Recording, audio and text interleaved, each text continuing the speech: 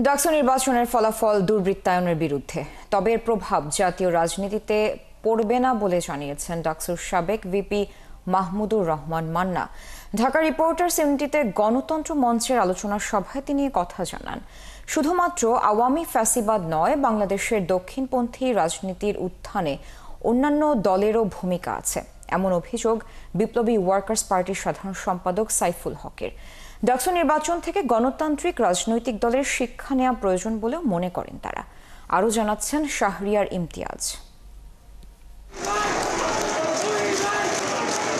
উচ্ছ্বাস, উদ্দীপনা আর নাটকীয় পরিবেশের মধ্য দিয়ে শেষ হলো ডাকসু নির্বাচন। ধর্মভিত্তিক দলের জয়কে ঘিরে তৈরি হয়েছে ইতিবাচক নেতিবাচক প্রতিক্রিয়া।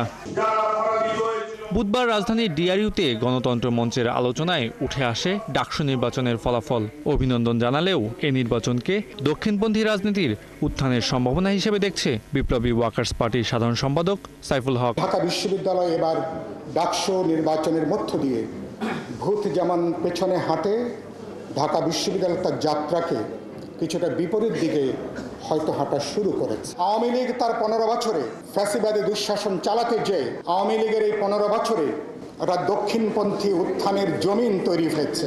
তবে ডাকসু নির্বাচনের ফলাফল জাতীয় রাজনীতির নীতি নির্ধারক নয়, ফলাফল দুর্বৃত্তায়নের বিপক্ষে বলে মতামত ডাকসুর সাবেক ভিপি মাহমুদুর রহমান মান্নার। এই ভোট যে জাতীয় ভোটের প্রতিফলন করবে তা মনে করবে না। এই প্রজন্ম 1 বছর পরে মনে করছে এই দুর্বৃত্তায়িত রাজনীতি আমরা দেখতে চাই না। আলোচনায় রাষ্ট্র সংস্কার আন্দোলনের প্রধান সমন্বয়ক হাসনাত কাইয়ুমের দাবি, ডাকসু নির্বাচনের মাধ্যমে পরাজয় ঘটেছে জুলাই গণ অভ্যুত্থানের একক মালিকানা দাবি করা দলের। যে ডাকসু নির্বাচনে সবচেয়ে বেশি প্রত্যাখ্যাত হচ্ছে 24-এর আন্দোলনের উপরে যারা আসলে মালিকানা প্রতিষ্ঠা করতে গেছে, যারা এটা তাদের নিজেদের একক দাবি করতে চাইছে, এবং যাদেরকে আসলে প্রশাসন কিংবা সরকার কিংবা এস্টাবলিশমেন্ট আন্দোলনের পরপর আন্দোলনকারীদেরকে তাদের চরিত্র হননের জন্য কিংবা তারা নিজেদের চরিত্র যেইভাবে তারা আসলে কলুষিত করেছে, সেইটার প্রতি সাধারণ ছাত্র সমাজের যে ক্ষোভ, সেই ক্ষোভের আসলে বহিঃপ্রকাশ ডাকসু নির্বাচন আপনারা দেখবেন। বাংলাদেশের গণতান্ত্রিক অগ্রযাত্রায় ডাকসু নির্বাচন পথ দেখাবে বলেও অভিমত বক্তাদের। বয়ানের উপরে মালিকানা নেওয়ার আগের যে শাহরিয়ার ইমতিয়াজ, 71, ঢাকা।